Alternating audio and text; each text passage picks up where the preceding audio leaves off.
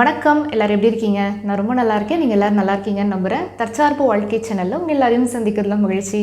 30 நாள் நம்ம வந்து சேலஞ்ச் அண்ட் சீரீஸ் அப்படின்றது டெய்லி நம்ம ஒரு ஸ்ட்ராட்டஜிஸ் அண்ட் டாபிக்ஸ் மன நலனுக்காகவும் சுய முன்னேற்றத்திற்காகவும் நம்ம வந்து ஷேர் பண்ணிகிட்ருக்கோம். அதில் நீங்கள் கேட்டுட்ருக்கிற கேள்விகளுக்கு தான் நம்ம வந்து பதில்கள் மூலமாக நம்ம இந்த வீடியோஸ் அப்படின்றத கொடுத்துக்கிட்டு இருக்கேன். அதில் நீங்கள் கமெண்ட்ஸ்லேயும் சில கேள்விகள் கேட்டிருக்கீங்க. அதே மாதிரி பர்சனலாக ஒரு சில கொஷின்ஸ் வந்து வாட்ஸ்அப்லேயும் நீங்கள் வந்து ஷேர் பண்ணிகிட்ருக்கீங்க. ஸோ அந்த கேள்விகளுக்கான பதில்கள் தான் நம்ம ஒரு நாளும் ஷேர் பண்ணிக்கிட்டு இருக்கேன். ஸோ அதில் இன்றைக்கி ரொம்ப சூப்பரான ஒரு டாபிக் பார்க்க போகிறோம். உங்கள் எல்லாருக்குமே ரொம்ப யூஸ்ஃபுல்லாக இருக்கும். அதே மாதிரி நிறைய பேர் கேட்ட கேள்விகளில் இதுவும் ஒன்று. ஸோ அதுக்கு முன்னாடி ஜூன் மந்த்துக்கான செகண்ட் பேட்ச் ஹீலிங் செஷன் வந்து 24ஆம் தேதி ஆரம்பிக்கவிருக்கு. ஸோ 24லேருந்து ஸ்டார்ட் ஆகி 30ஆம் தேதி வரைக்கும் 7 நாள் அப்படிங்கிறது நடைபெறும். ஸோ ஆஸ் யூஷுவல் நம்ம மார்னிங் அப்படிங்கிறது 5:30 மணிலேருந்து 6 மணி வரைக்கும் இருக்கும். அதே மாதிரி நைட் கிளாஸ் வந்து பார்த்திங்கன்னா 8:30லேருந்து 9:30 PM வரைக்கும் நமக்கு வந்துட்டு கிளாஸஸ் அப்படின்றது இருக்கும். ஸோ உங்களுக்கும் ரெஜிஸ்ட்ரேஷன் டீட்டெயில்ஸ் தேவைப்பட்டுச்சு அப்படின்னா ஸ்க்ரீனில் தெரியுற அந்த வாட்ஸ்அப் நம்பருக்கு எனக்கு ஒரு மெசேஜ் பண்ணிடுங்க. ஸோ நிறைய பேர் எனக்கு வந்து இந்த அஸ்ட்ராலஜி லைஃப் ப்ரெடிக்ஷன்ஸ்க்காக உங்களுடைய தகவல்கள் அனுப்புகிறீங்க. அதில் கொஞ்சம் ப்ராப்பரான டீட்டெயில்ஸ் வந்து நீங்கள் சென்ட் பண்ணணும். அதாவது டைம் தெரியலை அப்படிங்கிற பட்சத்தில் மட்டும் நீங்கள் அதை மென்ஷன் பண்ணுங்கள். பிறப்பு நேரம் அப்படிங்கிறது தெரியாத பட்சத்தில் நம்ம வந்து பிரசன்னம் மூலமாக அந்த தகவல்களை நம்ம வந்து பார்க்க முடியும் லைஃப் ப்ரெடிக்ஷன்ஸுக்கு. அதே மாதிரி ஒரு சரியான கேள்வியை நீங்கள் வந்துட்டு அனுப்பணும். அது வேலை சம்மந்தப்பட்ட விஷயங்களாக இருக்கலாம், உள்ளூர்லேயே வேலை செய்யலாமா அல்லது வெளிநாடு போகக்கூடிய ஏதாவது வாய்ப்புகள் இருக்கா அப்படின்ற மாதிரி ஒரு ஸ்பெசிஃபிக்கான ஒரு கேள்வியை கேட்டிங்க அப்படின்னா ப்ரெடிக்ஷன் அப்படின்றது உங்களுக்கும் அது தேவையானதாக இருக்கும். தெளிவாக உங்களுடைய date of birth, place of birth, time of birth, இந்த 3 விஷயங்களையும் அனுப்புங்க. ஸோ இந்த டாபிக் இன்றைக்கி நம்ம டிஸ்கஸ் பண்ண போகிறது வந்து பார்த்திங்கன்னா எனக்கு ரொம்ப பிடிச்ச ஒரு டாபிக் அப்படின்னு சொல்லலாம். அவேர்னஸ் அப்படின்ற ஒரு விஷயத்தை பற்றி தான் எனக்கு வந்து நிறைய கேள்விகள் அப்படிங்கிறது ஏற்படுது. ஸோ அதனால் இன்றைக்கி நம்ம வந்து விழிப்புணர்வை அதிகப்படுத்தக்கூடிய ஒரு சில பயிற்சிகள் அப்படிங்கிறது நம்ம பார்க்க போகிறோம். ஸோ ஜென் அப்படின்னு சொல்லும்போது இந்த ஜென் துறவிகளை பற்றி அவங்களெல்லாம் பேசாமல் அவங்களுடைய புகழை சொல்லாமல் கண்டிப்பாக நம்மளால் இந்த ப்ராக்டிசஸ் அப்படிங்கிறத ஷேர் பண்ண முடியாது. ஜென் அப்படின்றதே பார்த்திங்கன்னா இந்த மொமெண்ட்டில் இருக்கிறது அப்படின்ற ஒரு பயிற்சி. ஸோ அதை வந்து அந்த துறவிகள் ரொம்பவே அழகாக அதை வந்து ஃபாலோ பண்ணிகிட்டு இருந்தாங்க. அதில் எனக்கு பிடித்த ஒரு ஜென் கதையை உங்களுக்கு நான் சொல்கிறேன். எப்படி வந்து மைண்ட்ஃபுல்லாக இருக்கணுங்கிறத இந்த ஜென் துறவி அழகாக சொல்கிறாரு. அதாவது அந்த ஊர்லேயே வந்து பார்த்திங்கன்னா ஒரு ஜென் துறவி வந்து ரொம்ப ஃபேமஸாக பேசப்பட்ட ஒருத்தராக இருந்தாராம். ஏன்னா அவர் தான் வந்து அந்த ஜென் ப்ராக்டிசஸ் எல்லாத்தையுமே ரொம்ப அழகாக அதை கடைபிடிச்சிக்கிட்டு இருந்தார் அப்படின்றது அவருடைய புகழ் வந்து அப்படியே அந்த கிராமத்தை தாண்டி அந்த ஊரை தாண்டி யார் வந்து இந்த மைண்ட்ஃபுல்னஸில் ரொம்ப அழகாக ப்ராக்டிஸ் பண்ணுறாங்க, மெடிடேஷனில் யார் வந்து சிறந்த துறவியாக இருக்காங்க அப்படின்னு பார்க்கும்போது இவர் தான் அப்படின்ற மாதிரி எல்லாரும் பேசிக்கிறாங்க. அப்போ ஒரு இளைஞன் அவனுக்கு ஒரு சந்தேகம் வருது. அந்த துறவி நம்மளுக்கும் அவருக்கும் ஏதாவது வித்தியாசம் இருக்கா? எந்த விதத்தில் அவர் வந்து சிறந்தவர் அப்படின்னு எல்லாரும் சொல்கிறாங்க. நம்ம போய் பார்க்கணும். ஏன்னா நமக்கும் அவருக்கும் ஏதாவது வித்தியாசம் இருக்கணும்ல. ஜென் அப்படின்னா ஒரு துறவியாக இருக்கார், அப்போ ஏதோ ஒரு வித்தியாசம் அவர்கிட்ட இருக்கும். அது என்னங்கிறத நம்ம கண்டிப்பாக தெரிஞ்சுக்கணும் அப்படின்னு ரொம்ப தூரத்தில் இருந்து பயணப்பட்டு அந்த துறவியை பார்க்கணும் அப்படின்னு ஆர்வத்தோடு வராரு. நம்ம நேரில் போய் அவரை மட்டும் விசாரித்தோம் அப்படின்னா அந்த நேரத்தில் அவர் வந்து நான் இப்படியெல்லாம் பண்ணுவேன் அப்படின்னு தன்னுடைய சிறப்பு எல்லாத்தையும் வெளியில் சொல்லி அவர் வந்து நம்மளை விட என்னமோ பெரிய லெவலில் இருக்கிற மாதிரி காமிச்சுக்குவாங்க. அது ஒரு ஆக்டிங்காக கூட சம்டைம்ஸ் இருக்கலாம். அதனால் நம்ம வந்து மறைஞ்சிருந்து அவர் என்னெல்லாம் பண்ணுறாரு அப்படிங்கிறதெல்லாம் நான் வந்து பார்க்க போகிறேன் அப்படின்ற ஒரு எண்ணத்தோட அந்த இளைஞன் என்ன பண்ணுறான், பயணப்பட்டு அந்த துறவி இருக்கக்கூடிய இடத்துக்கு வரான்.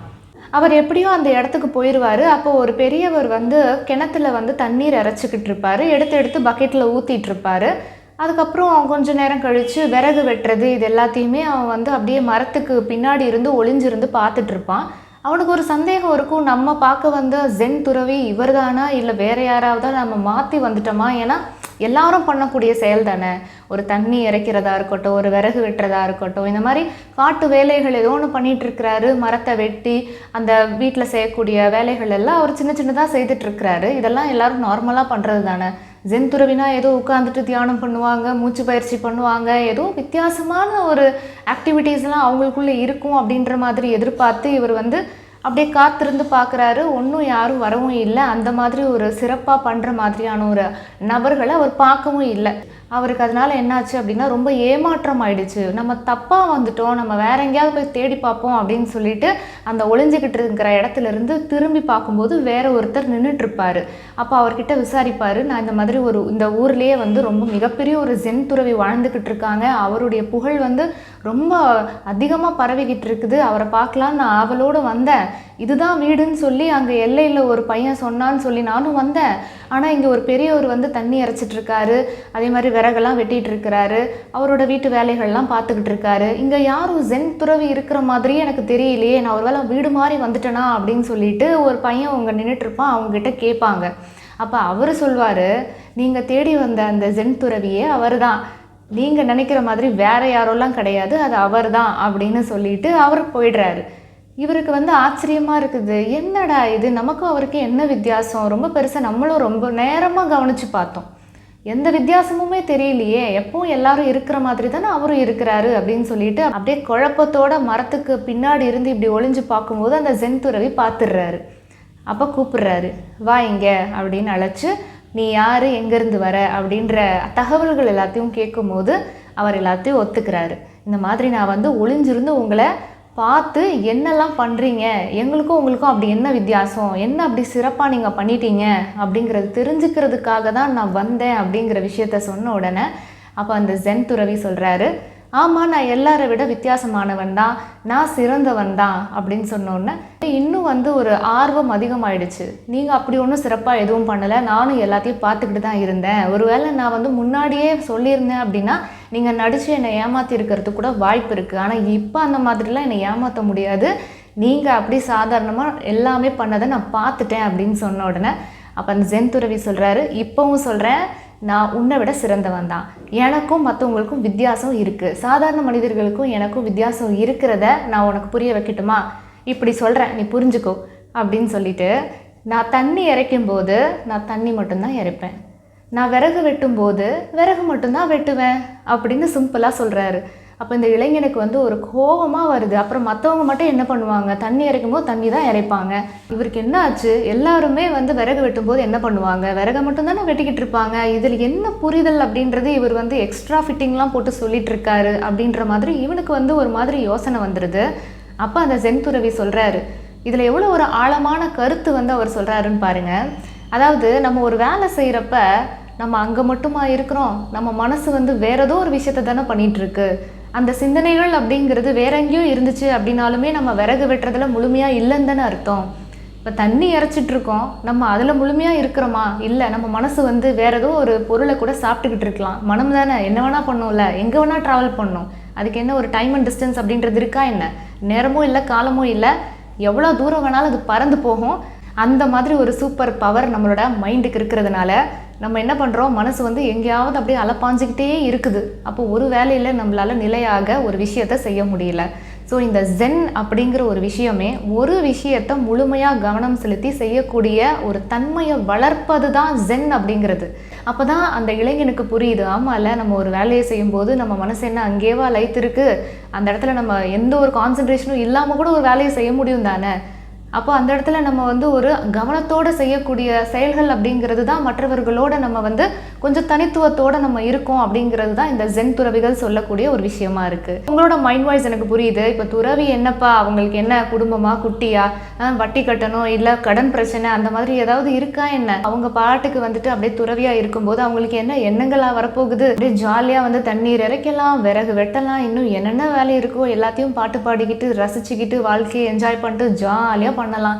ஆனால் நம்ம வாழ்க்கை அப்படிங்கிறது அப்படியா இருக்குது, எவ்வளோ பிரச்சனைகளை நம்ம ஃபேஸ் பண்ணிகிட்ருக்கோம். அப்போ அந்த எண்ணங்கள் அப்படிங்கிறது வரதானே செய்யும். ஒரு வேலை பண்ணிகிட்டு இருக்கும்போதும் அடுத்து எங்கே போய் என்ன பண்ண போகிறோன்னு தெரியலையே, இருக்கிற வேலையை காப்பாற்றிக்கிறதா இல்லை அடுத்த வேலைக்கு போகிறதான்னு தெரியல, அடுத்து ஆஃபீஸ்க்கு போனால் பாஸ் இந்த கேள்வியெல்லாம் கேட்பாரு, அவருக்கு என்ன பதில் சொல்கிறது, நம்ம இன்னும் வந்து நம்மளோட டார்கெட்டை வேறு முடிக்காமல் வச்சுருக்கிறோமே, இதெல்லாம் பிரச்சனைகள் அப்படியே உள்ளுக்குள்ளே ஓடிக்கிட்டு இருக்கிறப்ப பாத்திரம் விளக்கும் போதோ அல்லது வீடு கூட்டும் போதோ அதை மட்டுமே செய்ய முடியுதா, இல்லையே நமக்கு அந்த விஷயங்கள் எல்லாம் அப்படியே ஃப்ளாஷ் ஆகி நமக்கே வந்துட்டு ஸ்தம்பிச்சு போகிற அளவுக்கு எண்ணங்கள் அப்படிங்கிறது வருதே, அப்போ என்ன பண்ணுறது அப்படின்ற கேள்வி கண்டிப்பாக எனக்கு புரியுது.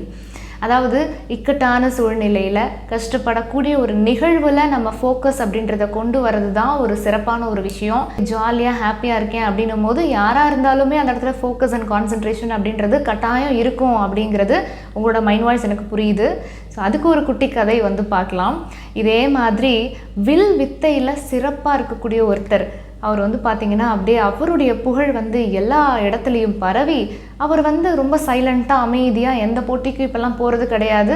நம்ம வந்து நிறைவாக வில்ல நான் தான் வந்து பயங்கரமான ஒரு சாதனையாளன் அப்படின்னு பேர் வாங்கினதுக்கப்புறம் இனிமேல் நான் ஏன் போய் என்னுடைய புகழ் எல்லாத்தையும் நம்ம பண்ணிட்டு அப்படின்னு சொல்லிட்டு அந்த மாதிரி எந்த ஒரு காம்படிஷன்ஸ்லேயும் அவர் கலந்துக்காமல் அவர் பாட்டுக்கு ஒரு ஓரமாக என்ன பண்ணுவார், ஒரு கிராமத்துடைய எல்லையில் அவருடைய வீட்டில் ஒரு சின்ன வீடு இருக்கும், அங்கே வந்து மரம் சம்மந்தப்பட்ட வேலைகள்லாம் செய்துக்கிட்டு இருப்பார், தச்சராக இருப்பார். அப்போ இந்த விஷயத்தை கேள்விப்பட்ட ஒரு இளைஞன் இந்த மாதிரி வில்வித்தையில் ரொம்ப சிறந்து விளங்கக்கூடிய அந்த நபரை நான் வந்து தோற்கடிக்கணும் அல்லது என்னுடைய புலமையை வந்து இதை விட என்னால் சூப்பராக பண்ண முடியுங்கிறத நான் நிரூபிக்கணும் அப்படிங்கிறதுக்காகவே அவன் சில பயிற்சிகள்லாம் பண்ணிட்டு அந்த நபரை தேடி வருவார். அப்போ இந்த வில் வித்தை கற்ற அந்த முதுமையான நபரை சந்திப்பதற்காக இவர் வந்து பயணப்பட்டு வராரு. அப்போ இதே போல தான் போயிட்டு அவருடைய புகழெல்லாம் சொல்கிறாரு, நான்லாம் சூப்பராக அம்பு வந்து விடுவேன், என்னோடய வில்லு வந்து பார்த்திங்கன்னா அப்படியே வந்து அந்த பழத்தையோ இல்லை எந்த விஷயத்தை நான் குறி வைக்கிறேனோ அது வந்து பயங்கரமாக துளைத்து என்னுடைய வில் சாதனையை உங்ககிட்ட நான் வந்து காட்ட போகிறேன் வாங்க அப்படின்னு சொல்லி கூப்பிட்டோன்னே அந்த பெரியவர் வந்து அப்படியே எல்லாத்தையும் கேட்டுக்குவார். சரி, இந்த சின்ன பையனுக்கு ஏதோ ஒரு ஆர்வம், அதில் வந்து சாதனை பண்ணணும்னு நினைக்கிறாப்புல, நம்மளும் போய் என்னன்னு பார்ப்போம் அப்படின்னு சொல்லிட்டு அந்த பையன் கூப்பிட்ற இடத்துக்கு போவாங்க. அப்போ அவருமே வந்துட்டு அந்த ஒரு மரத்தில் இருக்கக்கூடிய பழங்களை வந்து குறி வைத்து நீ வில்லு அம்பு விடணும், அப்போ அது எப்படி துளைக்குது அப்படிங்கிறது பார்க்கலாம் அப்படின்னு சொல்லும்போது ரொம்ப அழகாக அந்த பையனும் வந்து சின்ன சின்ன காயை கூட அழகாக குறி வச்சு அடிப்பார். அப்போ அந்த குறி வைத்து அம்பு விடக்கூடிய அந்த விஷயம் வந்து நல்லா அந்த நேர்த்தியாக பண்ணக்கூடியதெல்லாம் இருக்கிறது பார்த்த உடனே அந்த பெரியவர் வந்து நல்லா பாராட்டுவார். அப்போ அவருமே வந்து அந்த மாதிரி வில் வித்தையை நானும் உனக்கு வந்து காட்டுறேன் அப்படின்னு சொல்லிட்டு ஒரு இடத்துக்கு கூட்டிகிட்டு போவார். நீ உன்னுடைய புலமையை காமிச்சிட்ட, ஸோ நானும் என்னுடைய இதை வந்து காட்டணும்ல, வா அப்படின்னு சொல்லி கூட்டிகிட்டு போவார். அப்போ வந்து பார்த்திங்கன்னா ஒரு மலை சிகரம் மாதிரி இருக்கும், இடையில வந்து ஒரு மிகப்பெரிய ஒரு பள்ளத்தாக்கு, அதில் வந்து 2 அந்த மலை சிகரங்களையும் இணைக்கக்கூடிய இடத்துல வந்து பார்த்திங்கன்னா ஒரு இத்து போன ஒரு கயிறில் செய்த ஒரு பாலம் மாதிரி இருக்கும். அதில் வந்து நடந்து போவார் இவர் பெரியவர், நடந்து போய் அந்த இடத்துல அப்படியே ஆடிக்கிட்டு இருக்கும், எப்படா கீழே விழுவாங்கன்ற மாதிரி ரொம்ப பயமான ஒரு சுச்சுவேஷன் அது. அப்போ அவர் சொல்வார், நான் பண்ணுறேன், அதே மாதிரி நீயும் செய்யணும், அதுதான் போட்டி அப்படின்னு சொன்ன உடனே அவர் போவார். போயிட்டு தூரமாக இருக்கக்கூடிய ஒரு பழம், இவன் வந்து அந்த சின்ன காயை அடித்தாங்க இல்லையா, இவர் என்ன பண்ணுவார்னா கொஞ்சம் பெருசாக இருக்கக்கூடிய ஒரு பழத்தை வந்து குறி வைத்து அம்பு வந்து அவர் வில்லில் எடுத்து விடுவார். அப்போ கரெக்டாக அந்த பழத்தில் வந்து அதை துளைத்து அவர் வந்து அங்கேருந்து வெளியே வந்துடுவார். அதுக்கப்புறம் இந்த சின்ன பையன்கிட்ட நீயும் போயிட்டு நான் செஞ்ச மாதிரியே நீ பண்ண அப்படின்னு சொன்னோன்னா அந்த சின்ன பையன் சொல்லுவான், உங்களை விட நேர்த்தியாக என்னால் பண்ண முடியும், நீங்கள் என்ன இவ்வளோ பெரிய பழத்தை தானே குறி வைத்து நீங்கள் அம்பு அப்படின்றத விட்டுருக்கீங்க, என்னால் இதை விட சின்ன பழத்தை கூட சூப்பராக பண்ண முடியும், இதுக்கு முன்னாடி தான் என்னோடய புலமையை நீங்கள் பார்த்தீங்களே, எப்படி போய் நான் பண்ணுறேன்னு பாருங்கள் அப்படின்னு சொல்லிட்டு அந்த கயிற்றுல இருக்கக்கூடிய அந்த பாலம் இருக்கு இல்லையா, அதில் வந்து ஒரு அடி தான் எடுத்து வைப்பாங்க. அதுக்குள்ளே பார்த்திங்கன்னா பயம் வந்துடும், இது என்னடா இது நம்ம தெரியாமல் வந்துட்டோம், அப்படியே கால் வச்சோன்னா ஆடுது, அந்த இத்து போன கயிற்று பாலம் அது, அதனால் அப்படியே கால் வச்சோன்னா ஆடுது. ஒரு 2-3 ஸ்டெப்ஸு போகும்போதே அவனுக்கு அப்படியே கை கால்லாம் உதறுது, அந்த ஃபோக்கஸ் வரமாட்டேங்குது. ஆக்சுவலி அவங்க வந்து அந்த வில் வித்தையில் அவன் சிறந்தவன் தான், ஆனால் அந்த போகக்கூடிய பாதை வந்து அவ்வளோ கடினமாக இருக்கும்போது அவனால் வந்து அந்த வில்லை ஹேண்டில் பண்ண முடியல, கையில் பிடிச்சாலே கை உதறுது, ஏன்னா கால்லாம் அப்படியே நடுங்குது, கயிறு எப்போ அப்படியே அருந்து கீழே விழுகுன்னு இருக்கு. கீழே பார்த்தா அவ்வளோ ஒரு பள்ளத்தாக்கு, அப்படியே கீழே விழுந்தால் எந்த ஒரு எலும்பு கூட தேராது, அந்த மாதிரி ஒரு பிளேஸில் இருக்கிறப்ப அவனுக்கு அப்படியே கை கால்லாம் உதற ஆரம்பிச்சிருது. ஐயோ, நம்ம வந்து எப்படியாவது இதை வந்து இந்த டாஸ்க்கை நம்ம முடிச்சிடணும், என்னடா இது நமக்கு வந்து சோதனை அப்படின்ற மாதிரி நினச்சிட்டு அவன் வந்து ட்ரை பண்ணுவான். ஆனால் அவனால் அதை வந்து சக்ஸஸ் பண்ண முடியாது. அதுக்கப்புறம் அவன் வெளியில் வந்துடுவான். ஸோ அதுக்கப்புறம் தான் அந்த துறவி சொல்லுவார், இந்த மாதிரி நம்ம எந்த ஒரு பிரச்சனையும் இல்லாத சமயத்தில் நம்ம அந்த மாதிரி வில் வித்தையை காட்டுறது ரொம்ப ஈஸி தான். ஆனால் நமக்கு ஒரு நெருக்கடியான சூழ்நிலை வரும்போது, ஒரு பிரச்சனையான ஒரு நிகழ்வுகளை நம்ம சந்திக்கும் போது அப்போ நம்மளுடைய வித்தையை காமிக்கிறது அப்படிங்கிறது தான் இந்த இடத்துல வந்து ஒரு பெரிய ஒரு விஷயமா இருக்குது அப்படின்னு சொல்லும்போது அப்போ தான் அந்த இளைஞனுக்கு புரியுது. அதனால் நீ இன்னும் கொஞ்சம் பயிற்சி உனக்கு தேவைப்படுகிறது, சென்று வா அப்படின்னு சொல்லிட்டு அனுப்பிச்சி விட்ருவார். ஸோ இந்த கதை எதுக்கு அப்படின்னு பார்த்தீங்கன்னா, நமக்கு வந்து ஈஸியாக சுலபமாக ஒரு விஷயம் எல்லாமே நமக்கு அப்படியே இருக்கிறப்ப நமக்கு ஒரு விஷயத்தை நிறையவே நம்மளால் கான்சென்ட்ரேட் பண்ண முடியும், ஃபோக்கஸ் பண்ண முடியும். ஆனால் நெருக்கடியான சூழ்நிலைகள் அப்படிங்கிறத சந்திக்கும் பொழுது தான் நம்மளால் வந்து முழுமையான ஒரு கவனத்தை நம்மளால் செலுத்த முடியறதில்லை. அப்போது இந்த மாதிரி ஒரு டிஸ்ட்ராக்ஷன்ஸ் இருந்தாலும் நம்ம எப்படி நம்மளோட ஃபோக்கஸை கொண்டு வரது அப்படிங்கிறது தான் இன்றைக்கி நம்ம ஒரு சின்ன சின்ன ப்ராக்டிசஸில் இந்த மைண்ட்ஃபுல்னஸை அதிகரிக்கக்கூடிய அன்றாடம் நம்மளுடைய வாழ்க்கையில் நம்ம ஃபாலோ பண்ணக்கூடிய ஜென் ப்ராக்டிசஸ் தான் நம்ம வந்து பார்க்க போகிறோம். ஸோ ஜென் ப்ராக்டிஸில் ஒரு 4 விஷயம் நம்ம பார்க்கலாம். ஃபஸ்ட்டு பார்த்திங்கன்னா ஜாசென் அப்படின்ற ஒரு ப்ராக்டிஸ். அது வந்து மைண்ட்ஃபுல் சீட்டிங், அதாவது நம்ம உட்கார்ந்து இருக்கக்கூடிய போஸ்டர், நம்ம என்ன பண்ணுறோம் அப்படின்ற அவேர்னஸ். ஸோ இதை எப்படி பண்ணணும் அப்படின்னு பார்த்தீங்கன்னா, ஏதாவது ஒரு கம்ஃபர்டபுளான போஸ்டரில் உட்காந்துக்கணும். அந்த போஸ்டர் எப்படி இருக்குது அப்படிங்கிறத உணரணும், அதை ஃபீல் பண்ணணும், அப்சர்வ் பண்ணணும். அதே மாதிரி பார்த்தீங்கன்னா ப்ரீத்திங்கை அப்சர்வ் பண்ணணும். நம்மளோட மூச்சு காற்று உள்ளே போய் வெளியில் வர அந்த ஃப்ளோவை வந்துட்டு கவனிக்கணும். அடுத்தது வந்து பார்த்திங்கன்னா, ஏதாவது ஒரு தாட்ஸ் வந்துச்சு அப்படின்னா அதை நோட் பண்ணணும், மென்டல் நோட்டிங். இது எல்லாத்தையுமே ஒரு சேர பண்ணக்கூடிய ஒரு பயிற்சி தான் ஜாசென். மூச்சையும் கவனிக்கணும், அதே மாதிரி எண்ணங்கள் வந்தால் அதுக்கு வந்து ஒரு லேபிள் பண்ணி அதை நோட்டீஸ் பண்ணணும், அது மென்டல் நோட்டிங். அடுத்தது எந்த மாதிரி போஸ்டரில் நம்ம உட்கார்ந்துருக்கோம் அப்படின்ற பாடி அவேர்னஸ். இப்போ இந்த 3த்தையுமே நீங்கள் சேர்த்து பண்ணுறீங்க அப்படின்னா அந்த இடத்துல ஜாசென் அப்படின்ற சீட்டிங் மெடிடேஷன். இந்த பயிற்சி வந்து எப்படி ஒர்க் ஆகுது அப்படின்னு பார்த்தீங்கன்னா, இதுக்கு ஒரு மென்டல் கிளாரிட்டி கொடுக்கும் அப்படிங்கிறது இருக்குது. அதாவது நம்ம டீப்பாக அப்சர்வ் பண்ணணும். நம்மளுடைய மூச்சுக்காற்று உள்ளே போய் வெளியில் வர்ற அந்த சுவாசம் வந்து நல்லா டீப்பாக இருக்கணும். அந்த மாதிரி ஒரு 2-3 மூச்சுக்காற்று நீங்கள் எடுக்கும்போதே பார்த்தீங்கன்னா உங்களுடைய தாட்ஸ் எல்லாமே ஓரளவுக்கு குறைய ஆரம்பிச்சிரும். அந்த மென்டல் கிளாரிட்டி வந்ததுக்கு பிறகு வந்து பார்த்திங்கன்னா நம்ம வந்து அந்த மென்டல் நோட்டிங் அப்படின்றது ஒன்று பண்ணுறோம். ஏதாவது 1-2 எண்ணங்கள் வந்துச்சு அப்படின்னாலும் அதுக்கு ஒரு பெயர் சூட்டி அது வந்து ஒரு டிட்டாச்மெண்ட் ஆகிடுறோம். எனக்கும் இந்த எண்ணத்திற்கும் ஆன ஒரு இடைவெளியை உருவாக்குறது தான் வந்து பார்த்திங்கன்னா மென்டல் நோட்டிங் அப்படின்ற ஒரு விஷயம். அடுத்து 2வது ஜென் ப்ராக்டிஸ் என்ன அப்படின்னு பார்த்தீங்கன்னா ஷிகன்டஸா. அதாவது சிம்பிளி அப்படியே நம்ம வந்து உட்கார்ந்து செய்யக்கூடிய ஒரு பயிற்சி. சும்மாவே உட்காந்துருக்கணும், நீங்கள் வந்து ப்ரீத்திங்கை கவுண்ட் பண்ணணும்னு அவசியம் இல்லை. ஏதாவது விஷயத்தை ஃபோக்கஸ் பண்ணணும் அப்படின்னு மனசை குவிச்சு இதை நீங்கள் வந்து கற்பனை செய்ய வேண்டும், அந்த மாதிரி எதுவுமே இல்லை. கைடட் விஷுவலைசேஷன் அந்த மாதிரி எந்த ஒரு பயிற்சியும் கிடையாது. அப்படி சும்மாவே உட்காந்துருக்கணும். கண்டிப்பாக எக்கச்சக்கமாக எண்ணங்கள் வரும், அது எல்லாமே அப்படியே வந்து ஒரு மேகங்கள் போல் அதை வந்து நீங்கள் அப்சர்வ் பண்ணணும் அப்படிங்கிறதா ஷிகன்டஸா. ஸோ இது ஒரு ஜென் ப்ராக்டிஸ். இதை பண்ணுறதுனால எனக்கு எப்படி அவேர்னஸ் இம்ப்ரூவ் ஆகும் அப்படின்னு பார்த்தீங்கன்னா, நீங்கள் ரெஸ்ட்ரிக்ஷன்ஸ் எதுவுமே பண்ணல, அதாவது கவுண்டிங் எதுவும் பண்ணல, ஃபோக்கஸ் பண்ணணும் அப்படின்னு எந்த விதமான ஒரு எதிர்பார்ப்பும் இல்லாமல் நீங்கள் வெறுமனே அப்படியே ஒரு நேச்சுரலாக பண்ணுறப்ப இயற்கையாகவே உங்களுடைய விழிப்புணர்வு அப்படிங்கிறது அதிகரிக்கும். அடுத்து 3வது ஜென் ப்ராக்டிஸ் வந்து பார்த்திங்கன்னா கின்ஹின். இது வந்து வாக்கிங் மெடிடேஷன், நடைப்பயிற்சி மூலமாக செய்யக்கூடிய ஒரு மைண்ட்ஃபுல்னஸ் ப்ராக்டிஸ். ஒரு அடிகளை நம்ம வந்து பூமியில் எடுத்து வைக்கும் போதும் அதோடு சேர்த்து நம்மளோட மூச்சையும் கவனிச்சுக்கிட்டு அந்த ஒரு கவனம் அப்படிங்கிறது நம்மளுடைய நடையில் இருக்கணும் அப்படிங்கிறது தான் இந்த கின்ஹின். ஸோ 2மே நம்ம பேரலாக பண்ணணும். மூச்சு காத்தையும் கவனிக்கணும், நம்ம எடுத்து வைக்கக்கூடிய ஒரு அடிகளையும் கவனிக்கணும். இந்த மாதிரி சேர்த்து பண்ணும்போது பார்த்திங்கன்னா அந்த ப்ராக்டிஸில் நம்மளோட மைண்ட்ஃபுல்னஸ் ரொம்பவே அதிகரிக்கும். அடுத்த 4வது ஜென் ப்ராக்டிஸ் சாமு. இது வந்து உங்களுடைய அன்றாட வாழ்க்கையில் நீங்கள் பண்ணக்கூடிய ஒரு மைண்ட்ஃபுல்னஸ் ப்ராக்டிஸ். இதோட முக்கியத்துவம் என்ன அப்படின்னு பார்த்தீங்கன்னா ஃபுல் ப்ரெசன்ஸ். அந்த இடத்துல நம்ம முழுமையாக இருக்கிறோம், அந்த எந்த ஒரு கவனச்சிதறலும் இல்லாமல் அப்படியே அதாவது இருந்துச்சு அப்படின்னா கூட திரும்பவும் நம்ம பேக் டு ஃபார்ம் வந்துடுறோம். அவேர்னஸ் அப்படின்னா முழுமையாக 100% நம்ம ஒரு விஷயத்தில் கான்சென்ட்ரேட் பண்ண முடியாது தான். எப்போவாது நமக்கு வந்து பல எண்ணங்கள் அப்படிங்கிறது வரதான் செய்யும். அது ஃப்யூச்சர் சம்மந்தப்பட்டதாக இருக்கலாம் அல்லது பாஸ்ட் சம்மந்தப்பட்ட விஷயங்களாக இருக்கலாம். ஆனால் இதெல்லாம் தாண்டி நம்ம அதை அப்படியே விட்டுட்டு மறுபடியும் நம்மளுடைய அவேர்னஸை கொண்டு வரோம் அப்படிங்கிறது தான் இங்கே முக்கியம் வாய்ந்தது. 30 செகண்ட் இருந்தாலே ரொம்ப பெரிய விஷயம் அப்படின்னு ஓஷோ வந்து சொல்லுவாங்க. ஸோ நம்மளால் ஒரு 40 செகண்ட்ஸ் வந்து தொடர்ச்சியாக மைண்ட்ஃபுல்னஸில் ப்ராக்டிஸ் பண்ணிட்டோம் அப்படின்னாலே நம்ம தேர்ச்சி அடைந்தவர் அப்படிங்கிறது அவரே சொல்கிறாரு. ஸோ இதில் சாமு அப்படின்ற இந்த ஜென் ப்ராக்டிஸில் வந்து பார்த்தீங்கன்னா நீங்கள் நடக்கும்போது நடை மட்டுமே செய்யணும். அதே மாதிரி நீங்கள் வேறு ஏதாவது வேலைகள் செய்கிறீங்க அப்படின்னா அந்த வேலைகளை மட்டுமே செய்யணும். உங்களுடைய மனமானது வேறு விஷயத்தை அசை போட்டு கொண்டே இருக்கக்கூடாது. ஸோ இது ஒரு அழகான ஒரு பயிற்சி, ஜென் அப்படின்ற ஒரு மெடிடேஷன் ஆர் இந்த ஜென் ப்ராக்டிசஸ் அப்படிங்கிறது. இந்த 4 பயிற்சிகளுமே வந்து பார்த்திங்கன்னா ரொம்ப ரொம்ப அற்புதமான பயிற்சிகள்.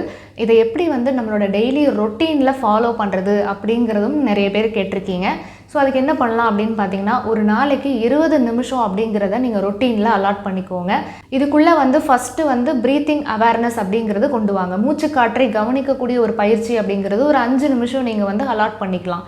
அடுத்து 2வது வாக்கிங் மெடிடேஷன் இருக்குது இல்லையா? ஸோ நீங்கள் நடை பயிற்சி மூலமாக அல்லது நடந்து நீங்கள் வந்து ஒரு இடத்துக்கு போகும்போது நீங்கள் அதுக்கு அவேர்னஸ்க்கு கொண்டு வந்துக்கலாம். ஒரு 5 நிமிஷமாவது நம்ம வந்து கவனத்தை செலுத்தணும். நம்ம ஒரு அடிகளை நம்மளுடைய பூமியில் வைக்கும் போதும் நம்ம கவனம் வந்து அந்த அடியிலையும் இருக்கணும், அதே சமயத்தில் நம்மளோட மூச்சு காற்றுலையும் இருக்கணும். பேரலாக நம்ம அந்த விஷயத்தை பண்ணணும் அப்படிங்கிறத நீங்கள் கவனத்துக்கு கொண்டு வரலாம். அடுத்து 4வது ரொம்ப முக்கியமானது கன்சிஸ்டன்ட் ப்ராக்டிஸ். தினமுமே அந்த 10லிருந்து 20 நிமிடங்கள் ஒரு நாளைக்கு நீங்கள் ஒரு ரொட்டீன் வச்சு இந்த 4 விஷயங்களை நீங்கள் உள்ளுக்குள்ளே கொண்டு வந்தீங்க அப்படின்னாலே கண்டிப்பாக விழிப்புணர்வு அப்படிங்கிறது நேச்சுரலாக அப்படியே உங்களுக்கு எக்ஸ்பேண்ட் ஆகிட்டே போகும். நீங்கள் வந்து ஸ்ட்ரெயின் பண்ணணும் அப்படிங்கிற அவசியம் இல்லை. ஸோ 30 நாள் நம்ம வந்து நம்ம மனநலனுக்காகவும் சுய முன்னேற்றத்திற்காகவும் ஒரு சூப்பரான சீரீஸ் அண்ட் சேலஞ்சஸ் அப்படின்றத நம்ம தினமுமே செய்துக்கிட்டு இருக்கோம். அதில் நீங்கள் கேட்கக்கூடிய கேள்விகள் இருந்து தான் இந்த பதில்கள் அப்படிங்கிறத நான் போஸ்ட் பண்ணிகிட்ருக்கேன். ஸோ கண்டிப்பாக உங்களுக்கு நான் சொல்லக்கூடிய இந்த விஷயங்கள் எல்லாமே யூஸ்ஃபுல்லாக இருக்கும் அப்படின்னு நினைக்கிறேன்.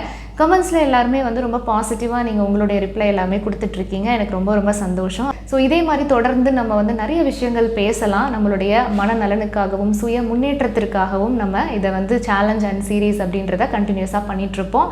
ஸோ ஜூன் மந்த்துக்கான ஹீலிங் செஷன்ஸ் டீட்டெயில்ஸ் யாருக்காவது தேவைப்பட்டுச்சு அப்படின்னா வாட்ஸ்அப்பில் எனக்கு மெசேஜ் பண்ணிடுங்க. ரெஜிஸ்ட்ரேஷன் டீட்டெயில்ஸ் அப்படின்றது உங்களுக்கு அனுப்பப்படும்.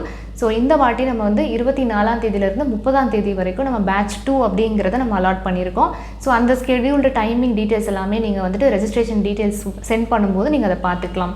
அதே மாதிரி ஆஸ்ட்ராலஜி டீட்டெயில்ஸ் அனுப்புகிறவங்க எனக்கு அந்த time of birth, place of birth, அதே மாதிரி உங்களோட டேட் ஆஃப் பர்த் அப்படிங்கிறத நீங்கள் கரெக்டாக என்னவோ அதை வந்து அனுப்புங்க. ஒருவேளை உங்களுக்கு வந்து தெரியலை அப்படின்னா அதையும் நீங்கள் மென்ஷன் பண்ணிடுங்க. பிரசன்னம் அப்படிங்கிறது பார்க்குறதுக்கு அட்லீஸ்ட் ஒரு நாள் அப்படிங்கிறது உங்களுக்கு வந்து டைம் தேவைப்படும். ஸோ இந்த பதிவு கண்டிப்பாக உங்களுக்கு யூஸ்ஃபுல்லாக இருந்திருக்கும் அப்படின்னு நினைக்கிறேன். இருந்துச்சு அப்படின்னா உங்களுடைய நண்பர்களுக்கு ஷேர் பண்ணுங்கள். இப்போ தான் ஃபஸ்ட் டைம் நம்மளுடைய சேனல் நீங்கள் பார்க்குறீங்க அப்படின்னா நம்ம வந்து மனநலனுக்காக அதிகமான முக்கியத்துவம் கொடுத்து நிறைய வீடியோஸ் நம்ம போட்டுட்ருக்கோம். அதில் சுய முன்னேற்றம் அப்படிங்கிறதும் நம்ம வந்து ஆட் பண்ணிகிட்ருக்கோம். அதே மாதிரி ப்ராக்டிஸ் பண்ணிவிட்டு உங்களோட எக்ஸ்பீரியன்ஸஸ் எப்படி இருக்குது அப்படிங்கிறத நீங்கள் கமெண்ட்ஸ்லேயும் சொல்லலாம். அதே மாதிரி எனக்கு தனிப்பட்ட முறையில் நீங்கள் வாட்ஸ்அப்பில் மெசேஜஸ் மூலமாகவும் உங்களுடைய கருத்துக்களை நீங்கள் தெரிவிக்கலாம். ஸோ மீண்டும் சூப்பராக இதே போல் நம்ம நிறைய விஷயங்கள் பேசலாம். நன்றி. வாழ்க வளமுடன்.